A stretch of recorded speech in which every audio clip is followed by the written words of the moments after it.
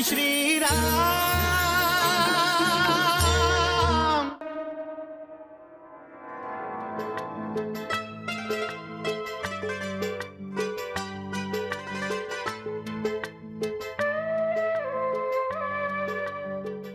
हमारा मन भी कितना विचित्र है महाराज। जब स्वयंवर सभा में कोई भी शिव धनुष उठाने में असमर्थ था तो मन में बार बार ये विचार आता था कि कहीं हमारी सीता कुंवारी तो नहीं रह जाएगी। ये सोचकर मन व्याकुल हो उठता था। और अब हमारे दूत सुदामन जी के अयोध्या पहुंचते ही अयोध्या नरेश बारात लेकर मिथिला आ जाएंगे और हमारी सीता को अपने साथ ले जाएंगे। ये सोचकर मन फिर से व्याकुल होने लगा है।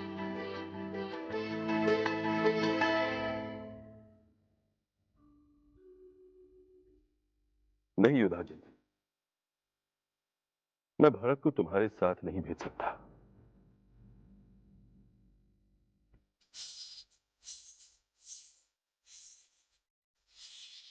कदाचित आप भूल रहे हैं महाराज, युधाजित भरत के मामा हैं और वो भरत को अपने नाना के यहाँ ननिहाल ले जाने के लिए आए हैं। राम और लक्ष्मण तो पहले से इस भवन में नहीं है। यदि भरत युधाजित के साथ गया तो शत्रुघ्न भी इनके साथ अवश्य जाना चाहेगा। फिर तो ये भवन बिल्कुल सूना हो जाएगा। नहीं क्या कहीं नहीं, मैं अपने बच्चों के बिना नहीं रह सकता। यहां पुत्रो।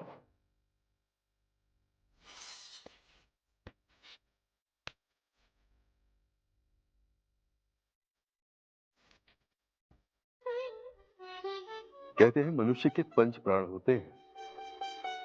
मेरे लिए राम, लक्ष्मण, भरत, शत्रुघ्न और कैकेयी तुम सब मेरे 5 प्राण हो। महाराज, महाराज। आओ सुमित्रा। महाराज, मिथिला नरेश महाराज जनक का दूत आपसे मिलने आया है। महाराज जनक का दूत? हाँ महाराज, मिथिला का दूत बहुत ही शुभ संदेश लेकर आया है। ऐसा क्या शुभ संदेश है महारानी सुमित्रा, जिसके कारण आप इतनी प्रसन्न दिखाई दे रही हैं? बात ही ऐसी है महाराज, आप सुनेंगे तो आप भी प्रसन्नता से खिल उठेंगे। तो शीघ्र बताओ सुमित्रा, वो शुभ संदेश क्या है? महाराज, हमारे पुत्र राम और जनक कन्या सीता का विवाह तय हो गया है। सच?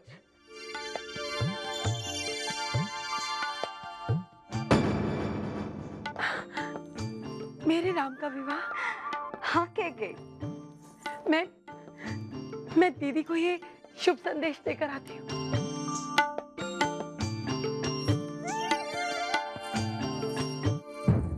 पागल है महारानी कैकेयी, आयु में बड़ी हो गई है मगर बुद्धि छोटी रह गई है। ऐसे खुश हो रही है जैसे भरत का विवाह हो रहा है।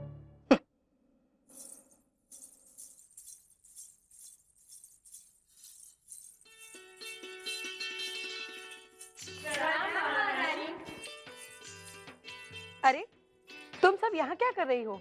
अब तक तो इस राजभवन को फूलों से, पताकाओं से सजा हुआ होना चाहिए था। जाओ, पूरे राजभवन को फूलों से सजा दो, चारों तरफ दीप जलवा दो। जाओ, मंगल गीत गाने के आदेश दे दो। जाओ, पूरी अयोध्या नगरी को सजवा दो, पूरी अयोध्या नगरी को सजवा दो। मिथिला से जो दूत आया है अवश्य वो कोई शुभ संदेश लाया है, जो महारानी कैकेयी इतनी खुश है।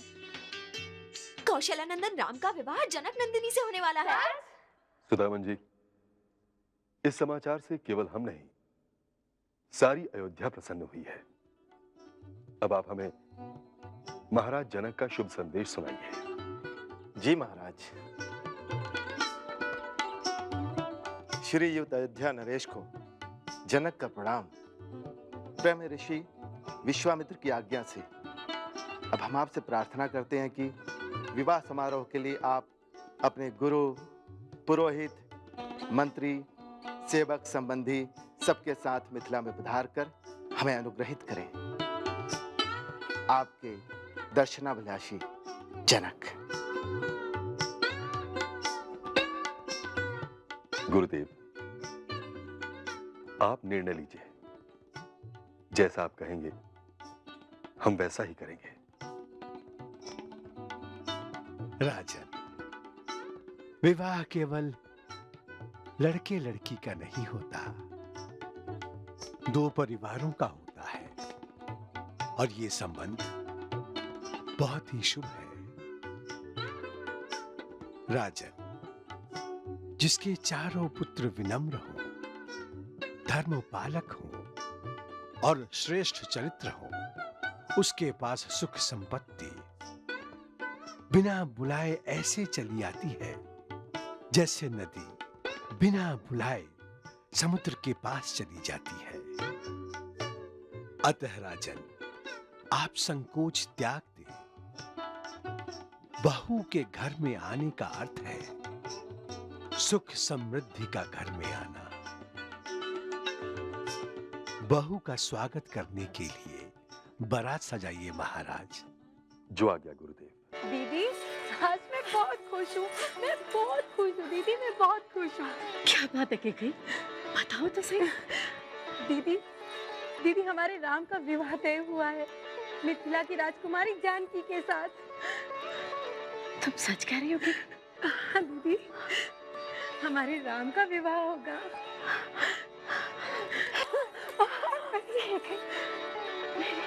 मेरे राम का विवाह तय हुआ है। मेरे राम का विवाह होगा। हाँ दीदी, हमारे राम का विवाह होगा। तभी तभी ये नगरवासी इतनी खुशियां मना रहे हैं। ईश्वर बड़ा कृपालु है केकई। ईश्वर बड़ा कृपालु है। उसने हमें बेटा दिया है और अब बहू के रूप में वो हमें बेटी दे रहा है।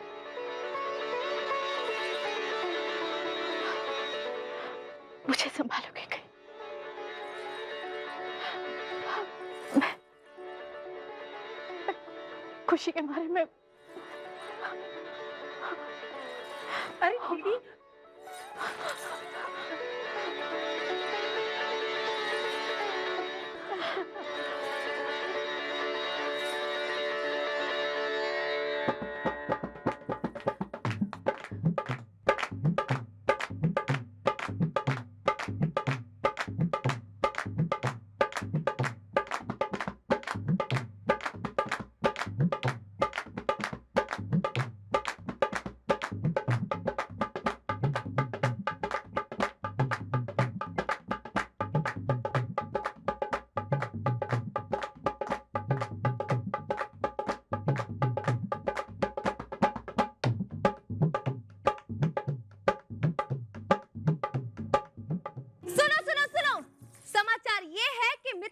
के मंत्री दूत बनकर और ढेर सारे नजराने लेकर अयोध्या गए हैं।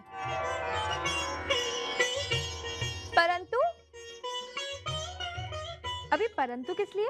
परंतु मैंने रघुनंदन राम को तो अपना दूत भेजते अभी तक नहीं देखा।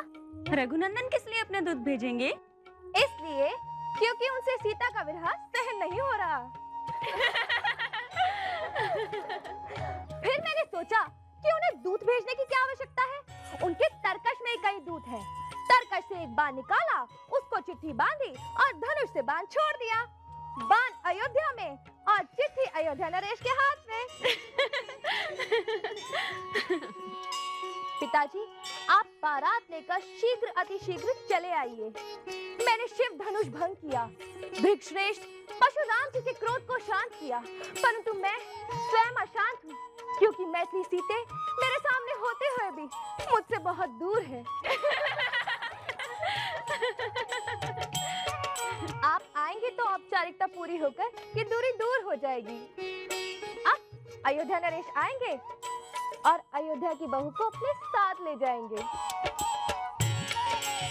सीते, हमें तुम्हारी बहुत याद आएगी। याद? तुम्हें सीता की याद क्यों आएगी? तुम भी तो अयोध्या जाओगी। मैं? मैं कैसे जा सकती हूँ अयोध्या? छोटे रघुनंदन से विवाह करके।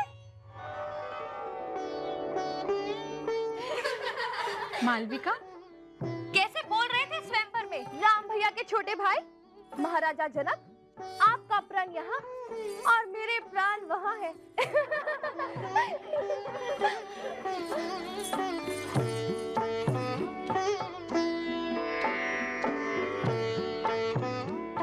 उर्मिला, यदि तुम मेरे साथ अयोध्या चलोगी तो मुझे बहुत संतोष होगा। फिर मुझे ऐसा कभी नहीं लगेगा कि मैं मायका छोड़कर ससुराल आ गई हूँ। तुम कहोगी तो मैं तुम्हारे और सौमित्र लक्ष्मण जी के विवाह की बात माँ और पिताजी से करूंगी।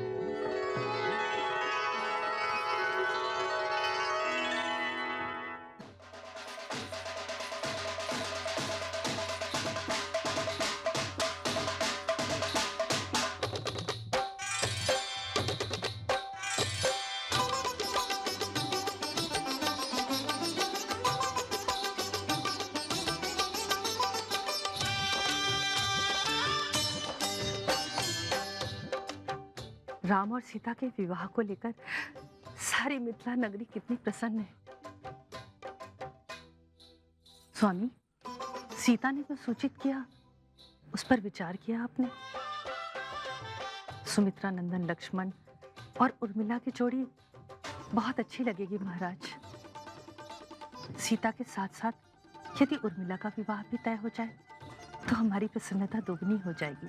मैं भी यही चाहता हूँ सुनैना, परंतु सब कुछ रीति के अनुसार होगा, मर्यादा का पालन करते हुए होगा। उसके लिए महाराज दशरथ के मिथिला आने तक प्रतीक्षा करनी हो।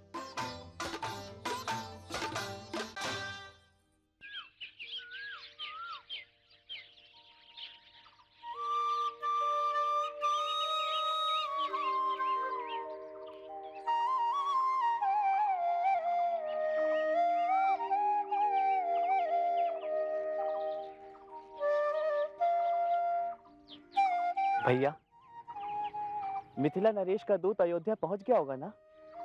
अब तक तो आपके विवाह की खबर पूरे अयोध्या में फैल गई होगी। कितने खुश होंगे हमारी माताएं और पिताजी। पिताजी तो शीघ्र अतिशीघ्र बारात लेके मिथिला आएंगे। मैं भी यही चाहता हूँ लक्ष्मण। उनके आते ही विवाह शुरू और संपन्न। तुम विवाह का सोच रहे हो लक्ष्मण?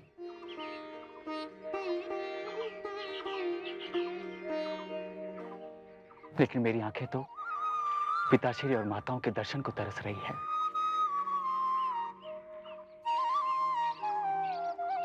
जब हम गुरुश्रेष्ठ के साथ अयोध्या से निकले थे तब पिताश्री और माताएं कितनी व्याकुल थीं। लक्ष्मण, जब हमारी माएं ममता से हमारे सिर पे हाथ फेरती हैं तो हमारी सारी थकान मिट जाती है। और जब हम अपने पिताश्री के चरण छूते हैं तो ईश्वर के चरणों का साक्षात्कार होता है। चलो लक्ष्मण, गुरुश्रेष्ठ हमारी प्रतीक्षा कर रहे होंगे।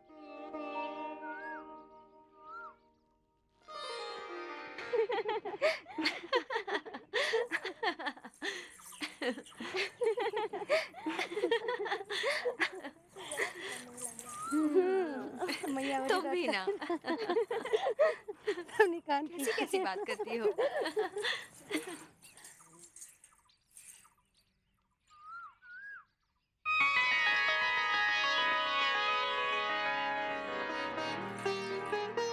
मैं जानती थी उर्मिला, राम भैया अपने छोटे भाई के साथ इस समय पुष्प वाटिका में आते हैं, इसलिए मैं जिद करके तुम्हें अपने साथ लेकर आई।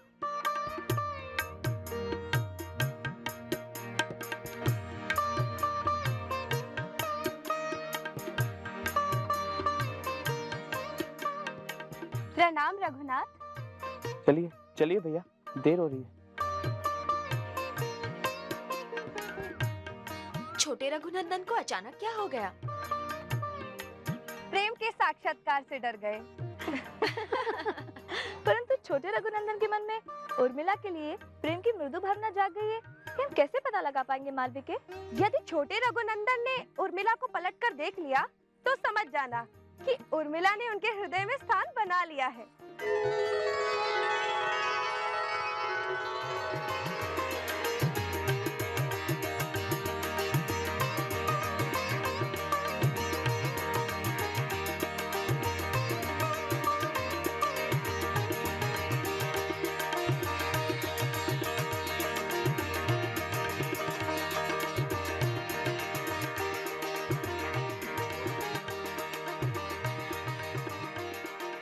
क्या हुआ लक्ष्मण? क्या ढूंढ रहे हो? कुछ नहीं भैया, कुछ नहीं।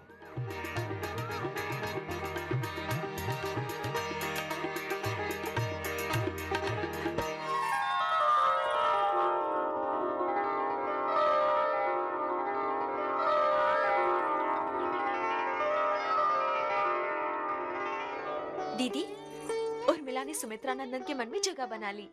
उर्मिला दिखाई नहीं दी। लक्ष्मण कितने व्याकुल हो गए थे दीदी, मैं आपको बता नहीं सकती।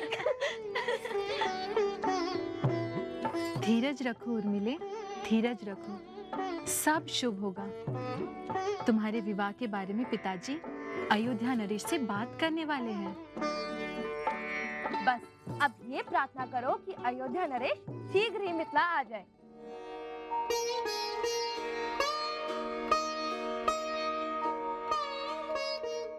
जाओ राम, अब आराम करो।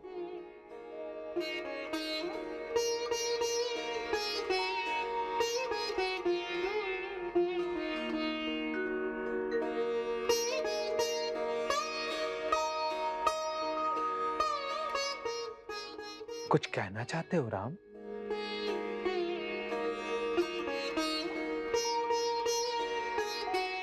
गुरुश्रेष्ठ, आपसे प्रार्थना करनी है। हम चारों भाई 7 जन्म, 7 पले और 7 शिक्षा ली है, लेकिन अब विवाह तुम्हारा अकेले का हो रहा है, यही ना? आप सर्वज्ञ हैं गुरुश्रेष्ठ। तुम सदा अपने भाइयों के बारे में सोचते हो, फिर ऐसे सुखद और शुभ समय पर अपने भाइयों को कैसे भूल सकते हो? तुम चारों भाइयों का विवाह एक साथ हो, यही चाहते हो ना तुम? गुरुश्रेष्ठ, लक्ष्मण परछाई की तरह हमारे साथ रहा है। यदि आप जानकी की बहन उर्मिला के साथ लक्ष्मण के विवाह की बात रखते हैं तो ना ही पिताश्री ना कहेंगे और ना ही महाराजा जनक। जैसा तुम चाहोगे वैसा ही होगा राम।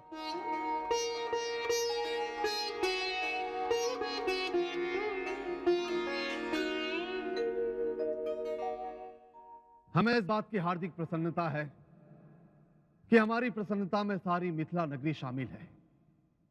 अमात्य सुदामन ने हमारा संदेश अयोध्या नरेश को दे दिया होगा और वो शीघ्र ही बादरार्थ लेकर मिथिला पहुंच जाएंगे। उनका स्वागत, दिव्य स्वागत होना चाहिए। ऐसा ही होगा महाराज। सभी मार्ग, सभी बाजार, सभी देवालय, सभी घर, सारी नगरी सजी धजी होनी चाहिए। ऐसी सजी धजी कि कोई कभी भी उसका वर्णन करते समय सोच में पड़ जाए। सारी नगरी उनके स्वागत के लिए पहले से ही तैयार है भैया। जिस मंडप में जानकी सीता जैसी सुलक्षणा और गुणों के सागर श्री रामचंद्र होंगे, वो मंडप तीनों लोकों में प्रसिद्ध होना चाहिए।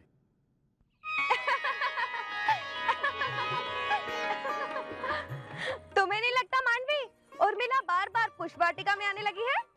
सोचती होगी छोटे रघुनंदन से भेंट हो जाए।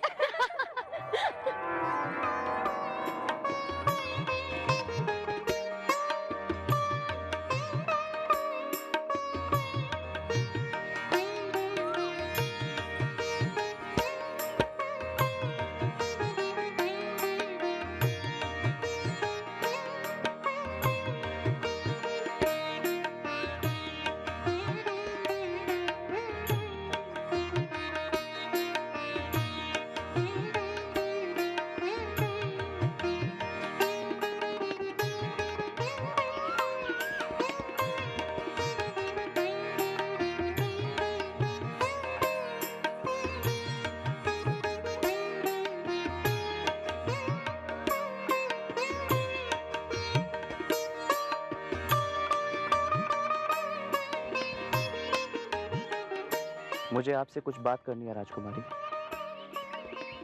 ये छोटे रघुनंदन सदा क्रोध में क्यों रहते हैं? बोलते भी क्रोध में हैं। कदाचित मेरे और आपके विवाह की बात चलेगी, लेकिन मैं आपसे विवाह नहीं करना चाहता।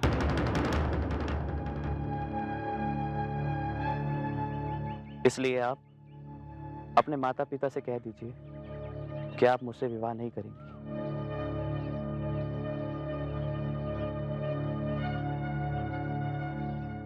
आप मुझसे विवाह नहीं करना चाहते तो आप अपने मन की बात अपने माता पिता को बता दीजिए। मैं मर्यादा का उल्लंघन नहीं कर सकता। मैं अपने आप को धोखा नहीं देना चाहती। आप समझती क्यों नहीं? मैं अपने आप को राम भैया को समर्पित कर चुका हूं।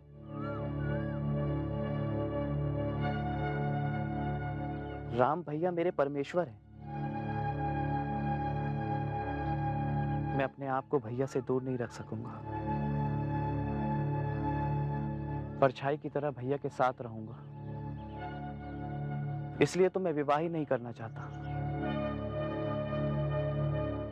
क्योंकि मैं जानता हूं कि मैं अपनी पत्नी को सुख नहीं दे सकूंगा।